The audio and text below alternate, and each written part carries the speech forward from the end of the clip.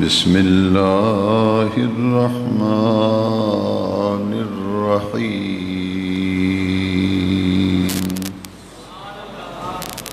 ان الذین یعظون اللہ ورسولہ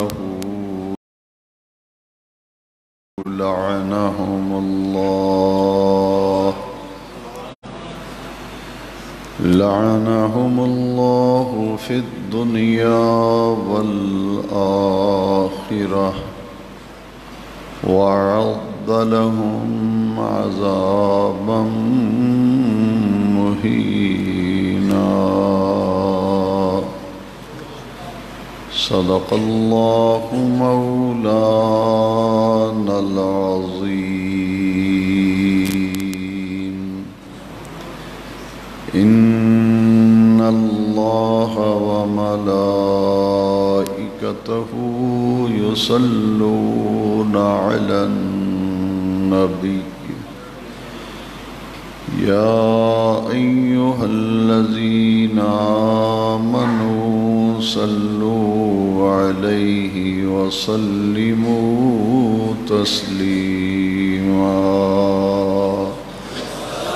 الصلاة والسلام علیک یا سیدی یا رسول اللہ وعلی آلک واصحابک یا سیدی یا خاتم النبیین۔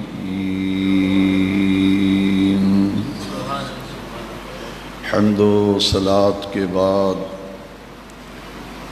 ذوی الاحترام سامعین و حاضرین کرام، یوم عاشوراء کو 10 محرم الحرام سن 61 ہجری اور جمعۃ المبارک کے دن ملک عراق کے ایک شہر کوفہ کے نواح میں واقع مقام کربلا پر حق اور باطل کا ایک ایسا معرکہ ہوا جس میں اہل بیت اطہار نے بے مثال لازوال قربانیاں دے کر اور شہادتوں کے جام نوش فرما کر شجر اسلام کی آبیاری کی، دین اسلام کے تحفظ اور دین اسلام کی بقا کے لیے قربانیاں دے کر ہمیشہ ہمیشہ کے لیے دین اسلام کو زندگی بخش گئے۔ سب سے آخر میں 71 شہادتوں کے بعد سب سے آخر میں 72ویں شہید کربلا میں سلطان کربلا، تاجدار کربلا، راقب دوش مصطفیٰ حضرت سید الشہداء سیدنا امام حسین رضی اللہ تعالیٰ عنہ نے جام شہادت نوش فرمایا۔ ان شہادتوں کے بعد شام ہوتے ہی یزیدیوں نے اہل بیت اطہار کے بچے ہوئے قافلے کو اپنی حراست میں لے لیا اور خیموں میں جو کچھ ساز و سامان تھا اسے لوٹ لیا۔ امام علی مقام رضی اللہ تعالیٰ عنہ کی شہادت کیوں واقع ہوئی اور اس میں کون کون شریک تھا، اس کا ثبوت وہ خطوط کے تھیلے تھے جو امام علی مقام نے یزیدیوں کے سامنے ان خطوط کو پیش بھی کیا اور وہ خطوط دکھائے بھی۔ چونکہ وہ خطوط تھیلوں کے اندر تھے اور وہ تھیلے جو ہیں وہ خیموں میں تھے، اس لیے مال و متاع لوٹ لیا گیا اور بچے ہوئے قافلہ اہل بیت کو گرفتار کیا گیا، حراست میں لیا گیا اور ان خیموں کو آگ لگا کر امام علی مقام اور کربلا کی شہادتوں کے جو ثبوت تھے انہوں نے انہیں مٹانے کی کوشش کی۔ شام ہوتے ہی عمر بن سعد جو کربلا میں یزیدی فوج کا کمانڈر تھا، ان 72 افراد کے اجساد مبارکہ سے سر انور جدا کیے گئے اور یہ سر شام ہوتے ہی کوفہ میں عبید اللہ بن زیاد کے پاس بھیج دیے گئے۔ ایک بدبخت شخص جس کا نام خولی تھا، اس نے امام علی مقام کا سر اقدس نیزے پہ چڑھایا ہوا تھا اور باقی جتنے شہدائے کربلا تھے ان کے سروں کو کاٹ کر نیزوں پہ اٹھا کر 10 محرم کو شام کو ہی کوفہ کی طرف روانہ کر دیا گیا اور 11 محرم کو کربلا سے اہل بیت اطہار میں سے حضرت سیدنا امام زین العابدین رضی اللہ تعالیٰ عنہ، چونکہ علیل تھے، آپ بیمار تھے، طبیعت ناساز تھی، آپ قافلہ اہل بیت میں سے بچ گئے، باقی مخدرات عصمت پاک بعد بیویاں تھیں اور انہیں حراست میں لے کر اس قافلے کو پھر کربلا سے کوفہ کی طرف لے جانے کے لیے 11 محرم کو صبح ہی تیاری شروع کر دی گئی۔ ابن زیاد چونکہ کوفے کا گورنر تھا، جس نے واقعہ کربلا کی براہ راست تمام امور کی نگرانی کی تھی، اسے ابن مرجانہ بھی کہتے ہیں۔ ابن زیاد ابن مرجانہ بدنہاد، بڑا سفاک قسم کا، بڑا ظالم قسم کا انسان تھا۔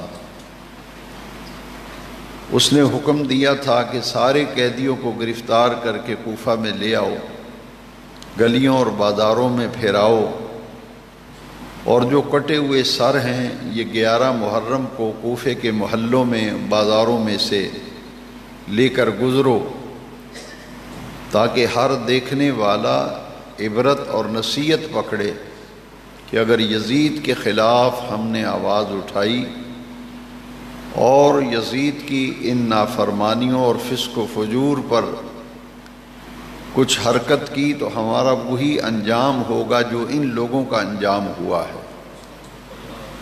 اس اعتبار سے اس نے کوفے کے گلیوں میں اور بازاروں میں ان اسیران کربلا کو پھیرایا، گھمایا اور کٹے ہوئے سروں کو نیزے پہ اٹھا کر کے پھیرایا گیا۔ 11 محرم الحرام کو گورنر کوفہ ابن مرجانہ ابن زیاد کے سامنے ان سروں کو لے جایا گیا اور حضرت سیدنا امام علی مرتبت، سیدنا امام علی وقار، سید الشہداء حضرت امام حسین رضی اللہ عنہ کا سر اقدس ایک تشت میں رکھا گیا اور تشت میں رکھ کے عبید اللہ بن زیاد کے سامنے رکھا گیا۔ تاریخ کی 2 معتبر کتابیں، تاریخ طبری اور تاریخ ابن اسیر، اور تیسری تاریخ کی بڑی ہی معتبر کتاب ابن عساکر، یہ تینوں کے حوالے سے میں عرض کر رہا ہوں تاریخ الخلفاء میں امام جلال الدین سیوطی نے بھی لکھا، یہ امام علی مقام کا سر اقدس جب ابن مرجانہ کے سامنے رکھا گیا تو اس نے اپنے ہاتھ میں ایک چھڑی پکڑی ہوئی تھی، جیسے یہ آرمی کے آفیسر اور بڑے آفیسر آپ دیکھتے ہیں کہ ان کے ہاتھ میں ایک چھڑی پکڑی ہوتی ہے۔ اس بدبخت نے حضرت امام حسین رضی اللہ عنہ کے لبوں پر اور آپ کے دانتوں پر آہستہ آہستہ وہ چھڑیاں مارنی شروع کی، اور وہ یہ کہتا تھا کہ یہ ایک باغی کا سر ہے اور جو اپنے انجام کو پہنچا۔ حضرت سیدہ زینب بھی چونکہ قافلہ اہل بیت میں شامل تھیں، اور جو اسیران کربلا میں حضرت امام زین العابدین کے بعد سیدہ زینب پاک کا نام آتا ہے، تو ابن زیاد نے وہاں یہ کہا کہ اس اللہ کا شکر ہے جس نے باغیوں کو اپنے انجام کو پہنچایا، اور معاذ اللہ کچھ توہین آمیز جملے بولے، جس سے پھر حضرت سیدہ زینب نے عبید اللہ بن کے زیاد کے سامنے ایک خطبہ ارشاد فرمایا، الحمدللہ الذی کرمنا بمحمد صلی اللہ علیہ وسلم وطہرنا تطہیرا۔ فرمایا تمام خوبیاں اور تعریفیں اس اللہ کے لیے ہیں جس نے ہمیں اپنے محبوب حضرت محمد کریم صلی اللہ علیہ وسلم کے خاندان اور آپ کے خانوادے اور اہل بیت کی نسبت سے ہمیں عزتیں بخشیں، ہمیں وقار اور مقام اور مرتبہ عطا فرمایا۔ وطہرنا تطہیرا، اور اس رب نے ہمیں ایسے پاک کیا جیسے پاک کرنے کا حق تھا۔ ابن مرجانہ ابن زیاد پچھلے خطبات میں آپ سن چکے ہیں کہ دنیا کا لالچ، حرص و ہوس و طمع اس قدر غالب آ گیا تھا کہ اس نے ساری حدوں کو کراس کر لیا۔ حضرت زید بن ارقم رضی اللہ تعالیٰ عنہ، جو نبی کریم علیہ السلام کے ایک بڑے جلیل القدر صحابی تھے، وہ کوفہ میں تھے، انہیں کسی طرح خبر ہو گئی کہ حضرت امام علی مقام کا آپ جب ابن لکھا، اس وقت وہ چھڑی پہن کے لبوں پر، ہونٹوں پر، دانتوں پر کچوکے لگا رہا تھا۔ آپ کی آنکھوں میں آنسو آ گئے اور آپ سے یہ منظر دیکھا نہ گیا، طبیعت مبارکہ پر گہرا اثر ہوا۔ آپ نے فرمایا ابن مرجانہ تیرا برا ہو، ستیہ ناس ہو، تیرا بیڑا غرق ہو، اپنی چھڑی کو ہٹا لے، تجھے حیا اور شرم نہیں آتا؟ میں نے اپنی آنکھوں سے دیکھا ہے کہ ہمارے آقا کریم صلی اللہ علیہ وسلم ان ہونٹوں کو چوما کرتے تھے جن پہ تو چھڑیاں مار رہا ہے، دانتوں پہ تو چھڑیاں مار رہا ہے۔ میں نے تو حضور کو دیکھا تھا، وہ بوسے دیتے تھے، حضور چوما کرتے تھے۔ یہ رسول اللہ کے نواسے ہیں، اور ان کے قتل اور شہید کرنے کے بعد بھی تمہارا جوش انتقام ابھی کم نہیں ہوا۔ ابن زیاد نے لوگوں کو کہا کہ کوفے کی جامع مسجد میں جمع ہو جاؤ۔ گورنر کوفہ کی طرف سے اعلان کرایا گیا اور کوفہ کی جامع مسجد جو ہے وہ لوگوں سے بھر گئی۔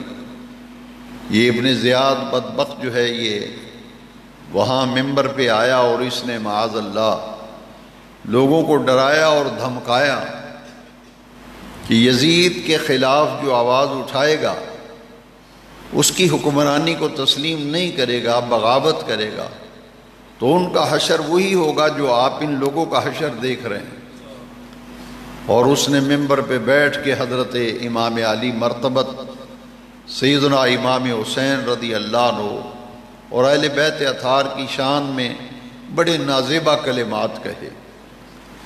وہاں ایک عاشق اہل بیت حضرت عبداللہ بن عفیف رضی اللہ تعالیٰ عنہ جو دونوں آنکھوں سے معذور تھے، نابینا تھے،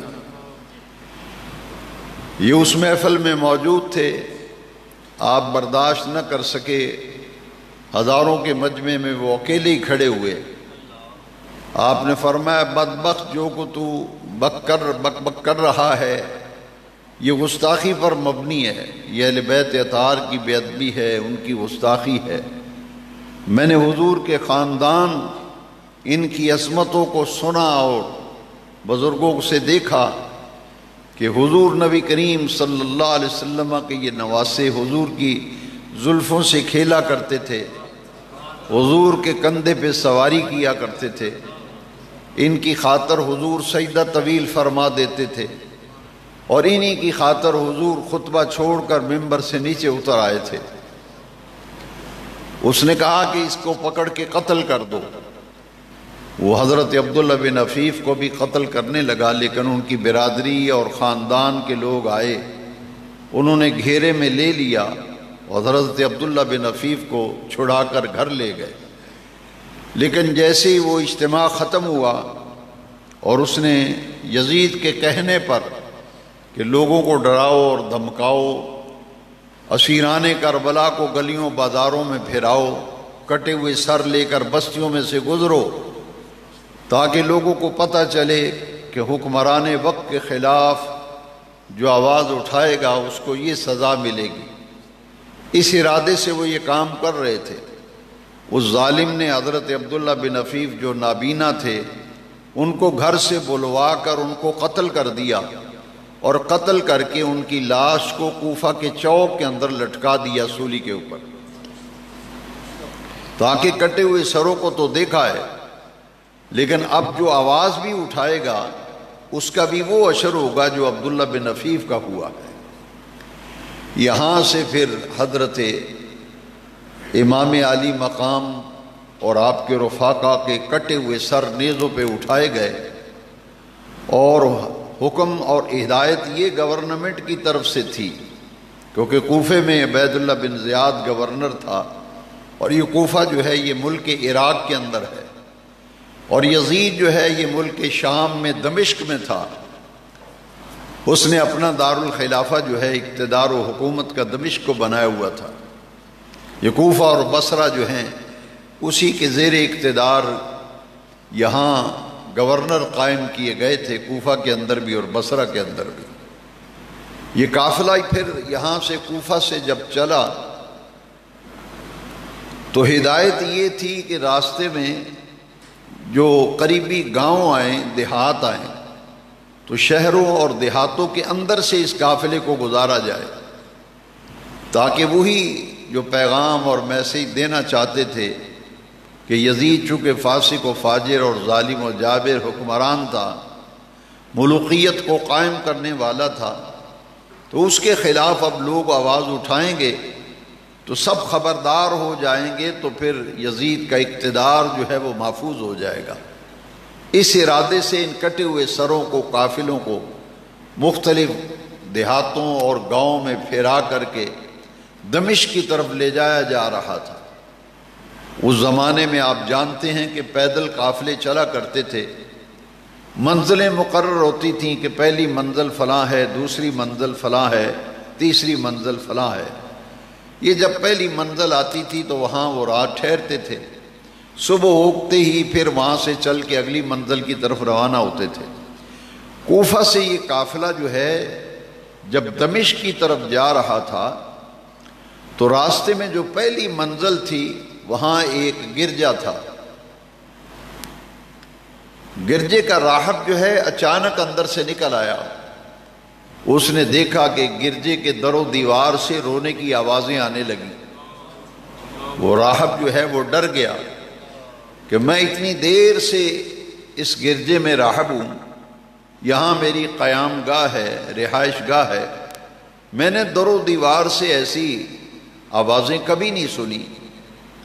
اور جب باہر نکلا تو اس نے دیکھا کہ کٹے ہوئے سر نیزوں پہ اٹھائے ہوئے ہیں، اور کچھ مخدرات عصمت اور طہارت معاب بیویاں جو ہیں انہیں حوضوں کے اندر قید کر کے ان کو بھی ساتھ لایا جا رہا ہے۔ یہاں ایک بات میں عرض کرنا چاہتا ہوں کہ تمام تاریخی کتابوں میں اور تاریخ الخلفاء میں امام سیوطی جیسی ہستی نے لکھا ہے. یہاں تو در و دیوار کے رونے کی آوازیں آئی نا. 10 محرم کو جب امام علی مقام شہید ہوئے تو آپ کی شہادت کے فوراً بعد آسمان جو ہے وہ سرخ ہو گیا.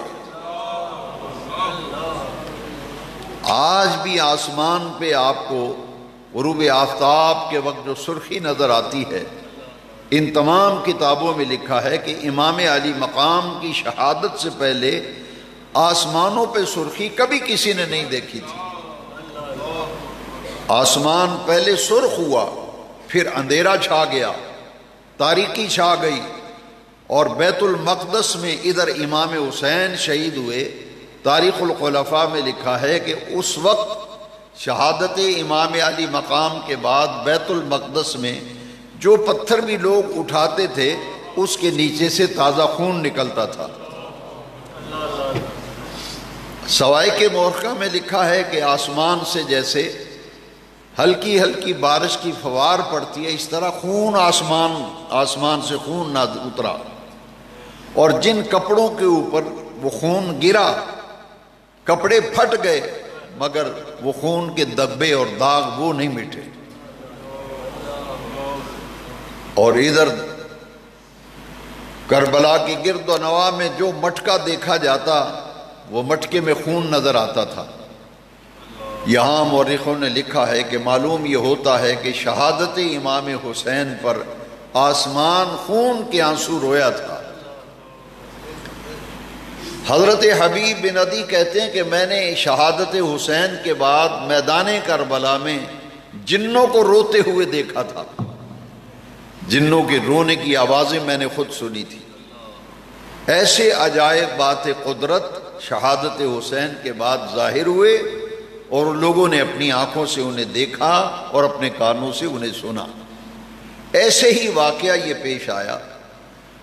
راہب نے حیران ہو کر کے پوچھا کہ یہ کون لوگ ہیں کہ جن کے سر کاٹ کر تم نے نیزوں پہ اٹھائے ہوئے ہیں، اور کچھ عورتوں کو بھی تم نے اسیر اور قیدی بنایا ہوا ہے؟ انہوں نے کہا کہ حکومت کے خلاف ایک بغاوت ہوئی تھی، اس بغاوت کو کچل دیا گیا ہے. یہ باغی ہیں حکومت کے جن کے سر کاٹ کر ہم نے نیزوں پہ اٹھائے ہیں، اور ان کو کوفہ سے اب دمشق لے جا رہے ہیں. راستے میں بازاروں میں اور گاؤں میں دیہاتوں میں اس لیے پھرا رہے ہیں تاکہ حکومت کے خلاف کوئی آدمی آواز نہ اٹھا سکے. اس نے کہا کہ یہ کون لوگ ہیں، ان کا آخر کوئی تعارف کوئی پہچان تو کراؤ. انہوں نے کہا کہ یہ مسلمانوں کے نبی جو ہیں ان کے یہ نواسے ہیں. پادری بڑا حیران ہوا، وہ راہب. اس نے کہا کہ ہمارے آج بھی حضرت عیسیٰ علیہ السلام کی سواری کے قدموں کے نشان فلاں گرجے کے اندر آج بھی محفوظ ہیں، تو ہم تو اپنے نبی کی سواری کے قدموں کے نشانوں کا بھی احترام کرتے ہیں. اور سال کے بعد ہم تمام عیسائی نذرانے اور تحفے لے کر اپنے نبی کی سواری کے قدموں کے نشان کی زیارت کے لیے بھی جاتے ہیں، اور وہاں تحفے اور تحائف لے جا کر لوگوں میں تقسیم بھی کرتے ہیں. تم کیسے کلمہ پڑھنے والے ہو کہ تم نے اپنے نبی کے نواسے جن کی رگوں میں رسول کا خون ہے تم نے ان کو شہید کر دیا ہے. ہم تو اپنے نبی کی سواری کے قدموں کے نشان کا بھی احترام کرتے ہیں. لیکن یہ شقی القلب تھے، ازلی اور ابدی بدبختی ان کے مقدر میں لکھی جا چکی تھی، ان کی طبیعتوں پر کوئی اثر نہ ہوا. اس نے کہا ایسا کرو کہ میں اپنے گرجے کے اندر ایک کمرہ، چونکہ رات تو تم نے یہاں گزارنی ہے، ایک کمرے کو میں صاف کرا کر وہاں بستر وغیرہ لگوا دیتا ہوں. یہ قیدی بیویاں جو ہیں ایک رات کے لیے انہیں آرام سے اس کمرے میں گزارنے دو، اور میرے پاس جو دراہم زندگی کی کمائی میں نے جمع کی ہے 10,000 درم، ایک روایت کے مطابق میرے پاس 10,000 درم موجود ہیں، وہ درم لے لو اور ایک رات کے لیے اپنے نبی کے نواسی کا سر مجھے دے دو، اس کے بدلے میں مجھ سے مال لے لو، دولت لے لو، پیسہ لے لو، ایک رات کے لیے مجھے دے دو، صبح جب تم جاؤ گے تو میں تمہیں 10,000 تمہارے حوالے کر دوں گا۔ انہوں نے کہا کہ نہیں، ہمیں پیسے پہلے دو۔ اس نے کہا لو یہ 10,000 روپیہ تھا دراہم، کپڑے کی تھیلی میں اس نے ان کے سپرد کر دیے، اور ایک کمرے کی صفائی کروا کر بڑا اچھا انتظام رہائش کا کیا، اور اہل بیت اطہار کی عفت معاب خواتین کو وہاں ٹھہرایا گیا، اور خود اس نے امام علی مقام کا سر اقدس چونکہ 10,000 درہم کے عوض ایک رات کے لیے لیا تھا، وہ اپنا خاص کمرہ تھا گرجے کے اندر جہاں وہ راہب جو ہے پڑھائی وغیرہ کرتا تھا، اپنے مذہب کے مطابق وہ وہاں عبادت کرتا تھا، کسی اور کو اس کمرے میں جانے کی اجازت نہ تھی۔ اس نے کیا کیا کہ امام علی مقام کا سر اقدس اٹھا کر اپنے کمرے میں لے گیا اور رونے لگا، پانی گرم کیا، آپ کے گئے ہوئے مبارک سر اقدس کے بال مبارک، داڑھی مبارک کو گرم پانی سے دھوا، اور چہرہ مبارک پہ جو خون گرد آلود تھا اسے پانی سے دھو کر کے صاف کیا، اور ایک ریشمی غلاف منگوا کر ایک تشت میں رکھا، اوپر امام علی مقام کا سر اقدس رکھا، اور جتنا اعلیٰ قسم کا عطر اور کافور اس کے پاس تھا وہ اس نے امام علی مقام کے سر اقدس اور ریش مبارک پر مل دیا، اور ہاتھ باندھ کر امام علی مرتبت سیدنا حسین پاک، سخی حسین، لجپال حسین پاک، ان کے سر اقدس کے سامنے ہاتھ باندھ کے کھڑا ہو گیا۔ جیسے ہی ہاتھ باندھ کے کھڑا ہوا، امام علی مقام کے سر انور کی تعظیم کی تو اللہ تبارک و تعالی نے سارے حجابات اٹھا دیے، اور اس نے دیکھا کہ آسمان سے لے کر امام علی مقام کے سر اقدس تک انوار و تجلیات کی بارش ہو رہی ہے، اور راہب رات بھر ان انوار سے نظارہ کرتا رہا، لطف اندوز ہوتا رہا۔ راہب کی زبانی سنیے، راہب کہتا ہے کہ ایک سفید رنگ کا نور تھا جو آسمان سے برابر اتر رہا تھا، اور امام علی مقام کے سر اقدس کے گرد گول حائلہ اور دائرہ بنا ہوا تھا۔ سفید رنگ کے چڑیوں کی مانند چھوٹے چھوٹے پرندے تھے جو رات بھر آسمان سے آتے تھے اور امام علی مقام کے سر اقدس کا طواف کر کے واپس چلے جاتے تھے۔ رات بھر وہ کرامت دیکھتا رہا امام علی مقام کے سر اقدس کی۔ صرف نواسہ رسول کے سر اقدس کی تعظیم، ادب و احترام کے بدلے اللہ تبارک و تعالی نے اسے دولت ایمان سے مالا مال کر دیا۔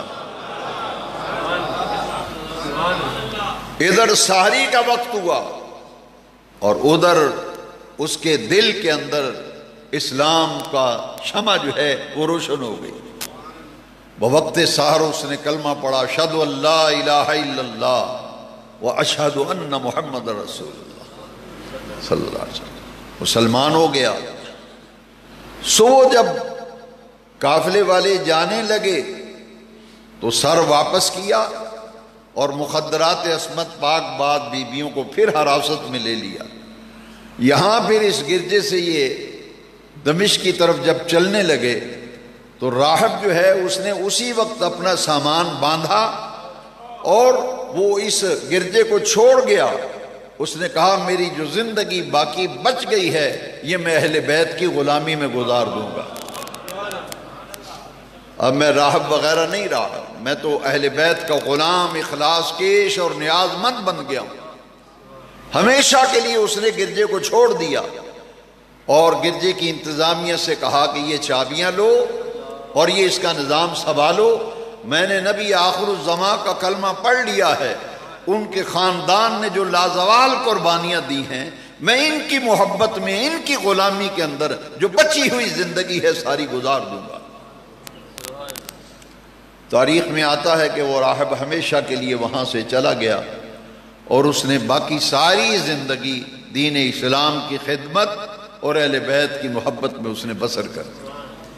یہ قافلہ جب نکلنے لگا گرجے سے تو دیکھا کہ سامنے ایک لوہے کا قلم نمودار ہوا جس نے چٹان پہ شعر لکھا، اور دوسری روایت کے مطابق کہ قلم تو نمودار نہ ہوا تھا لیکن اچانک نظر پڑی کہ چٹان پہ ایک شعر لکھا ہوا ہے، اترجو امتن قتلت حسینا۔ یہ شعر عربی زبان کے اندر ایک پتھر کی چٹان پہ لکھا تھا، اترجو امتن قتلت حسینا شفاعت جدہ یوم الحساب۔ وہ لوگ جنہوں نے امام حسین کو شہید کیا، قتل کیا، ان کو قتل کرنے کے بعد اب بھی ان کے نانا جان کی شفاعت کی امید رکھے ہوئے ہیں۔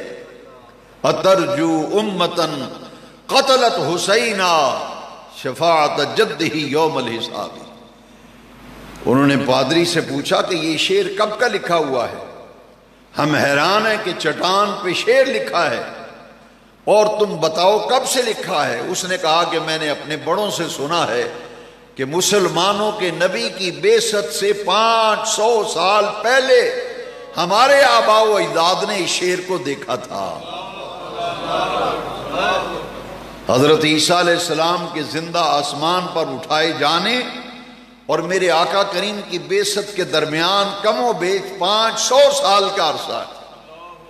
اس نے کہا کہ میرے بڑے بتایا کرتے تھے کہ یہ شعر ہمارے آباء و اجداد نے بعثت محمدی سے 500 سال پہلے اس شعر کو یہاں لکھے ہوئے دیکھا تھا۔ یہ ایک عجائبات قدرت تھے جن کا ظہور ہوا تھا۔ یہ قافلہ یہاں سے چلا تو راستے میں انہوں نے کہا کہ یہ جو دراہم و دینار ہم نے خیمے لوٹے ہیں اور جتنا مال ہمارے پاس آیا ہے اور 10,000 درم جو راہب سے ہم نے وصول کیا ہے، یزید کے پاس جانے سے پہلے ہم بیٹھ کر یہ سارا مال آپس میں بانٹ لیتے ہیں، جس کے حصے میں جتنا مال آئے اس کے سپرد کر دیا جائے، تو پھر اس قافلے کو لے کر یزید کے پاس جائیں گے۔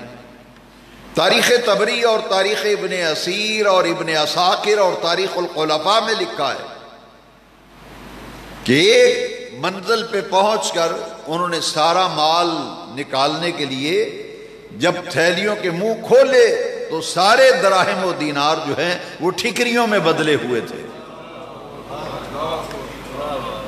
وہ درم وہ دینار ٹھکریاں بن گئے تھے، اور ٹھیکریوں کی ایک طرف آیت لکھی ہوئی تھی، وَلَا تَحْسَبَنَّ اللَّهَ غَافِلًا عَمَّا يَعْمَلُ الظَّالِمُونَ۔ ظلم کرنے والے اپنے ظلم سے اللہ کو غافل نہ سمجھیں۔ اور دوسری طرف آیت لکھی ہوئی تھی، وَسَيَعْلَمُ الَّذِينَ ظَلَمُوا أَيَّ مُنْقَلَبٍ يَنْقَلِبُونَ، کہ ظلم کرنے والے عنقریب دیکھ لیں گے کہ ان کے ظلم کرنے کا انجام کیا ہوتا ہے۔ ان ٹھیکریوں پر دونوں طرف، ایک طرف وہ آیت اور دوسری طرف یہ آیت لکھی ہوئی تھی۔ حاضرین محترم، جمعۃ المبارک کے اجتماع میں آنے والے حضور کے جانثارو، دین تو پہلے ہی ہاتھ سے نکل چکا تھا کہ خانوادہ نبوت پہ شب خون مارا، مخدرات عصمت پاک بعض بیویوں پر ظلم کے پہاڑ توڑے، انہیں پریشان کیا، ان کے سامنے گردنوں کو کاٹا گیا، شہید کیا گیا، بچوں تک نہ چھوڑا گیا۔ اتنا ظلم و ستم کیا، دین تو پہلے ہی ہاتھ سے نکل چکا تھا، اب دنیا بھی ہاتھ سے چلی گئی، نہ دین رہا نہ خسرت دنیا والآخرہ۔ دنیا کا خسارہ بھی اٹھا لیا اور آخرت کا خسارہ تو پہلے ہی حاصل کر چکے تھے۔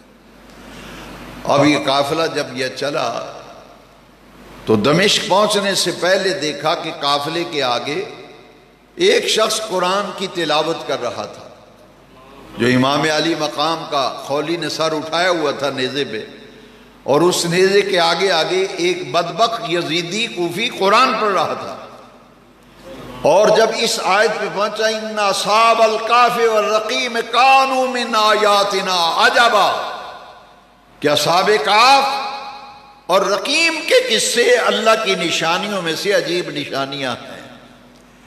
جب اس آیت پہ پہنچا، نیزے کی نوک پر میرے امام پاک نے اس کا جواب دیا، فرمایا قرآن پڑھنے والے یہ ٹھیک ہے کہ اصحاب کہف رقیم کے قصے اللہ کی نشانیوں میں سے عجیب نشانیاں ہیں، مگر سن بل آجبو قتلی و حملی، مگر میرا یوں قتل کر کے سر کاٹ کے نیزے پہ اٹھا کر گلیوں بازاروں اور دیہاتوں میں پھرانا یہ اصحاب کہف و رقیم کے قصوں سے بھی زیادہ عجیب تر ہے۔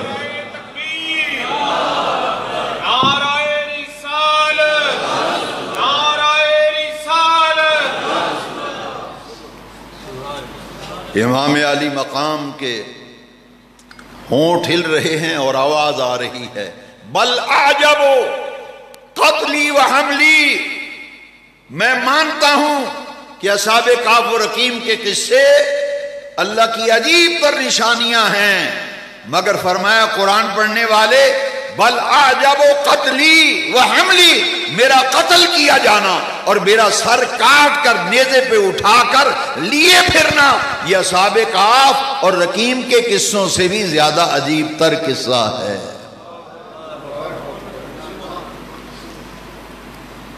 قافلہ اہل بیت سے کوفہ پہنچا، کوفہ سے دمشق۔ میں جب زیارات کے لیے گیا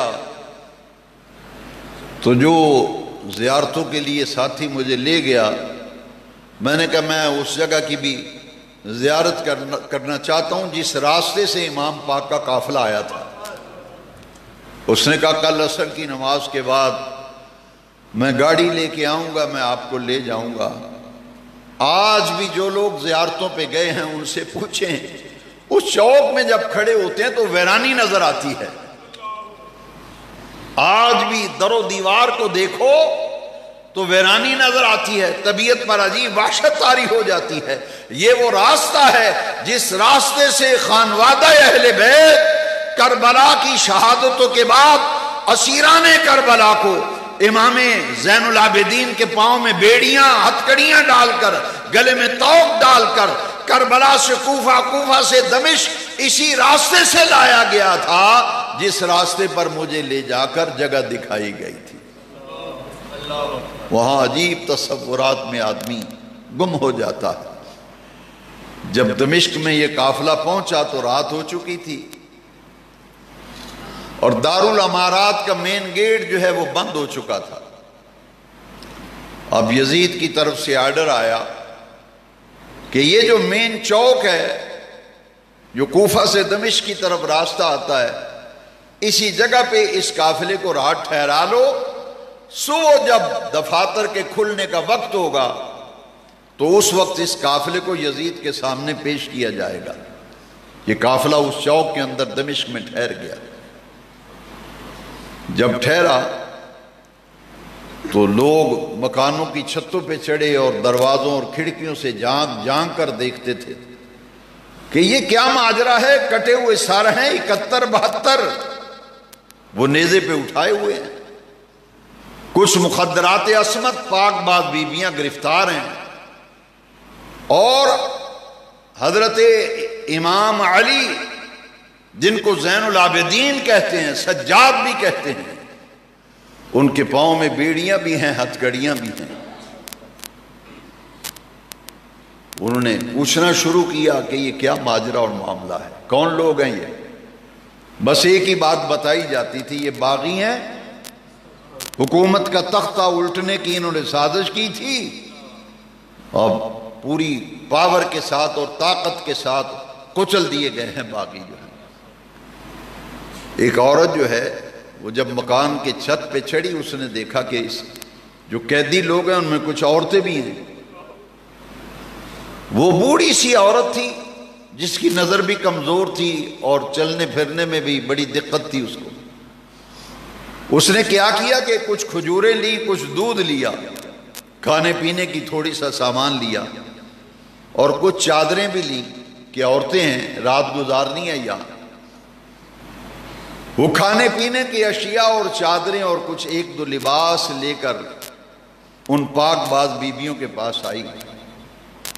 انہوں نے کہا یہ تمہارے کھانے پینے کے لیے میں دودھ بھی لے کے آئی ہوں، پانی بھی لے کے آئی ہوں، کھجوریں بھی ہیں، کچھ تو شادان میں اشیاء ہیں کھانے کے لیے، یہ آپ کی تواضع اور خاطر کے لیے، بھوکے ہیں، لمبے سفر سے آئے ہیں، یہ کچھ کھا پی لیجیے۔ حضرت سیدہ زینب نے پوچھا کہ کربلا سے لے کر یہاں تک ہمیں کسی نے پوچھا نہیں، تو کون ہے اتنی ہماری ہمدردی کر رہی ہے کہ کھانے پینے کی اشیاء بھی لے آئی ہے؟ اس نے کہا مجھے نہیں پتا آپ کون ہیں، مجھے آپ سے کوئی ہمدردی کا وہ پہلو نہیں جو آپ سمجھ رہے ہیں، کیونکہ میں آپ کو جانتی نہیں آپ کون ہیں، لیکن اس کی ایک وجہ ہے کہ جس وجہ سے میں کھانے پینے کی چیزیں لے کے آئی ہوں۔ اور سیدہ عالم لخت جگر سیدہ زینب فرماتی ہیں کہ مجھے بتا آخر وجہ کیا ہے؟ اس نے کہا کہ ہم کام کاج کے لیے دمشق سے مدینہ چلے گئے تھے، جیسے یہاں سے کچھ لوگ ٹیوانہ سے، کری والا سے، قریبی گاؤں سے کوئی فیملی چلی جاتی، لاہور جاتے ہیں محنت مزدوری کریں گے، کوئی باہر کے ملک چلے جاتے ہیں، کچھ کراچی چلے جاتے ہیں کہ یہاں روزی کے اتنے وسائل نہیں ہیں، کہیں جائیں گے محنت مزدوری کریں گے۔ اس نے کہا کہ ہم محنت مزدوری کرنے کے لیے ہم نے کہا چلو مدینہ چلتے ہیں، وہاں ہم نے ایک گھر میں ملازمت اختیار کی، میرا خاوند محنت مزدوری کرتا تھا اور میں ایک گھر میں نکرانی بن کے گھر کا کام کاج کرتی تھی، اور جب ہمارے مالی حالات اچھے ہو گئے، ہم نے کما کے کچھ پیسہ جمع کر لیا، تو خاوند نے اور میں نے مشورہ کیا کہ ہم نے اب کچھ کما لیا ہے، چلو اپنے دیش چلتے ہیں، جو پیسے کمائے ہیں ان سے وہاں جا کے کوئی کاروبار کر لیں گے۔ تو میری مالکن نے میں نے مالکن سے کہا کہ مجھے اجازت دے دیں، اب ہاں اپنے وطن دمشق جاتے ہیں، وہاں جا کے کوئی چھوٹا موٹا کاروبار شروع کر لیں گے۔ تو میری مالکہ نے مجھے تحفے تحائف کی گٹھڑیاں باندھ کے دیں، انعام و اکرام سے نوازا اور دعائیں دیں۔ میں نے کہا میں نے آپ کی اتنی خدمت کی ہے، اب میں آپ سے رخصت ہو رہی ہوں، اب خدا جانے پھر زندگی میں ملاقات ہو یا نہ ہو، مجھے کوئی نصیحت فرما دیجئے، مجھے کوئی وصیت فرما دیجئے جس پر عمل کر کے آپ کی زندگی کے تجربات ہیں، جس سے میری آخرت بھی سمر جائے، دنیا بھی سمر جائے۔ سیدہ عالم میری مالکن جو ہے وہ سیدہ عالم کی بات کر رہی تھی نا، کہا کہ ان کی آنکھوں میں آنسو تھے، سیدہ زینب خاموشی سے سن رہی تھی۔ فرمایا جس گھر میں تو ملازم تھی جانتی ہے ان کا نام کیا تھا؟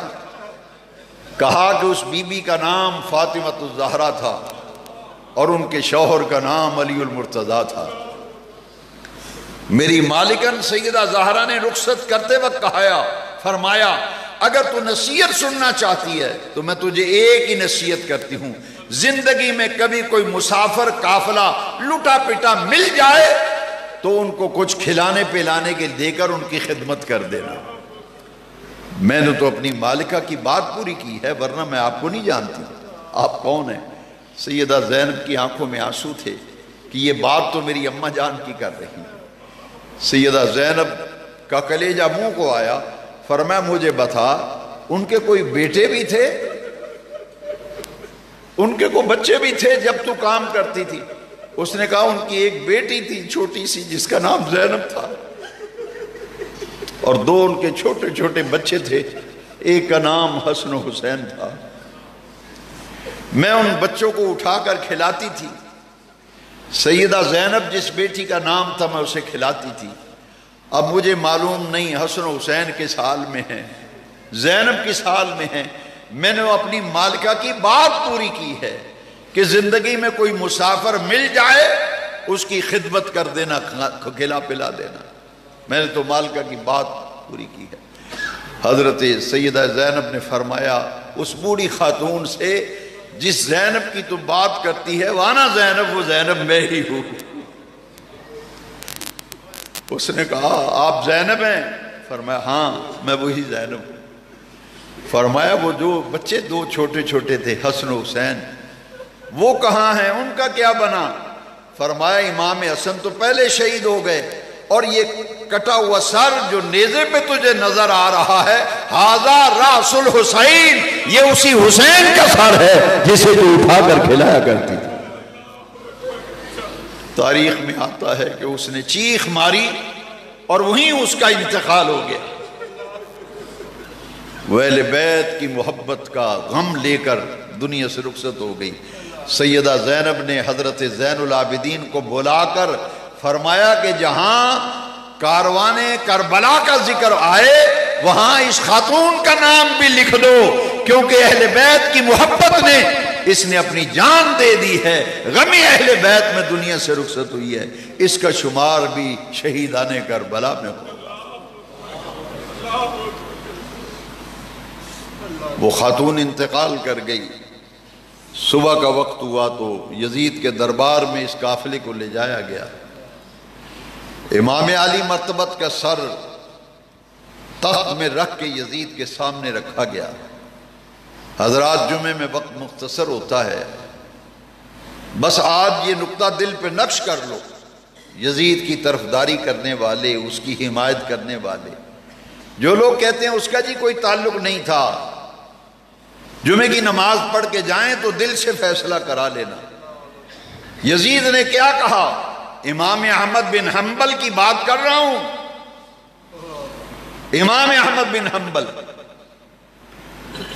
یزید نے کیا؟ امام پاک کے ہونٹوں پہ جس طرح ابن زیاد سرمستیاں کرتا تھا، یہ بڑے لوگ جو اپنے آپ کو کہلاتے ہیں یہ اس طرح کی ذلیل حرکتیں کرتے ہیں۔ سر تو پہلے ہی کاٹ لیا ہے بدبختو، اب بھی تمہاری غضب کی آگ اور بغض کی آگ نہیں بجھی۔ یزید چھڑیاں لے کر امام حسین کے سر کو کبھی الٹتا تھا کبھی پلٹتا تھا معاذ اللہ، اور چھڑیاں لے کر مارنے لگا امام علی مقام کے سروں سارے اقدس پر، ہونٹوں پر۔ رسول اللہ کے ایک بوڑھے صحابی تھے حضرت ابو برزہ اسلمی رضی اللہ عنہ، وہ تجارت کی غرض سے دمشق آئے ہوئے تھے۔ کسی نے بتایا کہ امام حسین کا کٹا ہوا سر یزید کے پاس پہنچ گیا ہے، خانوادہ نبوت کو شہید کر دیا گیا۔ حضرت ابو برزہ بوڑھے صحابی نبی پاک کے، وہ امام پاک کے سر اقدس کی زیارت کی نیت سے یزید کے پاس پہنچے تو یزید چھڑیاں مار رہا تھا۔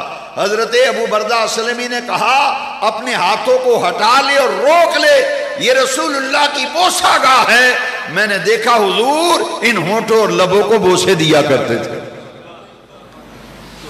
یزید نے کہا کہ تو بوڑھا نہ ہو گیا ہوتا تو تیری میں گردن کاٹ دیتا۔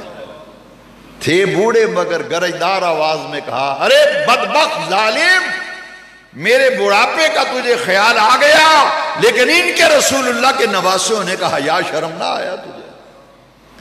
وہ لعنت ملامت کرتے ابو برزہ اسلمی یزید کے پاس سے نکل کے چلے گئے۔ یزید نے ایک جملہ ایسا خطرناک بولا، امام احمد بن حنبل کہتے ہیں اس بنیاد پر میں یزید کو کافر کہتا ہوں۔ وہ جملے کیا تھے؟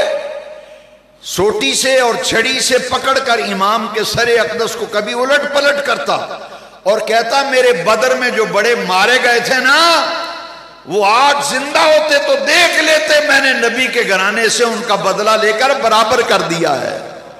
معاذ اللہ، یہ کہنے والا یزید تھا۔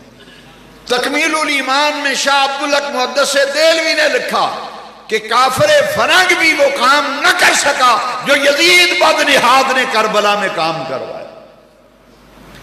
یہ سب یزید کے کہنے سے ہوا، یزید کے کہلانے سے ہوا، اس کے آرڈر سے سب کچھ۔ اس نے کہا میرے بدر میں جو مارے گئے تھے نا مسلمانوں کے نبی کے ہاتھوں اور ان کے غلاموں کے ہاتھوں، وہ زندہ ہو کے آ جاتے، دیکھ لیتے میں نے نبی کے گھر والوں سے بدلہ لے کر معاملہ برابر کر دیا ہے معاذ اللہ۔ احمد بن حنبل نے اس بنیاد پر یزید کی تکفیر کی۔ اور شاہ عبدالحق محدث دہلوی کی تکمیل الایمان حوالہ انڈر لائن میرے پاس موجود ہے، فرمایا کافر فرنگ بھی وہ کام نہ کر سکا جو یزید نے کربلا میں کروایا۔ دمشق میں امام علی مقام کا سر اقدس پھیرایا گیا بازاروں میں کہ جو یزید کے خلاف آواز اٹھائے گا اس کا اشر یہی ہوگا۔ میں نے اس مقام کی بھی زیارت کی جامع اموی میں، وہاں عشاقان اہل بیت نے اس جگہ کو آج بھی محفوظ کیا ہوا ہے جہاں امام علی مقام کا سر اقدس رکھا گیا تھا۔ لوگ آج بھی جاتے ہیں اور عطر لے کر اس جگہ پہ لگاتے ہیں، آنسو بہاتے ہیں اور آنسوں کی خیرات اپنے رب کی بارگاہ میں پیش کرتے محبان اہل بیت آج بھی نظر آتے ہیں۔ حاضرین محترم، یزید کے ماتھے پہ ایسا کلنگ کا ٹھیکا لگ چکا تھا جو اب اتر نہیں سکتا تھا۔ اب کیا ہوا؟ اس نے کہا کہ جتنا جلدی ہو سکے ان کو مدینہ بھیج دیا جائے، کہیں ایسا نہ ہو کہ بغاوت ہو جائے اور معاملات خراب ہو جائے۔ اس نے حضرت نعمان بن بشیر جو صحابی رسول تھے، جن کو معزول کر کے ابن مرجانہ ابن زیاد کو کوفے کا گورنر بنا، ان کو بلایا۔ وہ حضور کے صحابی تھے، محب اہل بیت تھے۔ ان کہ ان قافلے والوں کو لے جاؤ اور ان کو مدینہ شریف پہنچا دو۔ 30 افراد مسلح حفاظت کے لیے ساتھ لیے حضرت نعمان بن بشیر۔ اب یہ قافلہ لوٹا پیٹا قافلہ کاروان اہل بیت کا دمشق سے مدینہ کی طرف روانہ ہوا۔ حضرت سیدہ زینب سلام اللہ علیہا نے فرمایا کہ میری خواہش یہ ہے نعمان بن بشیر کو پیغام پہنچا دو کہ اگر ہم مدینہ جا رہے ہیں تو یہ قافلہ جو ہے براستہ کربلا جائے گا، تاکہ میں دیکھوں کہ میرے پیاروں کی لاشوں کا کیا حال کیا ہے۔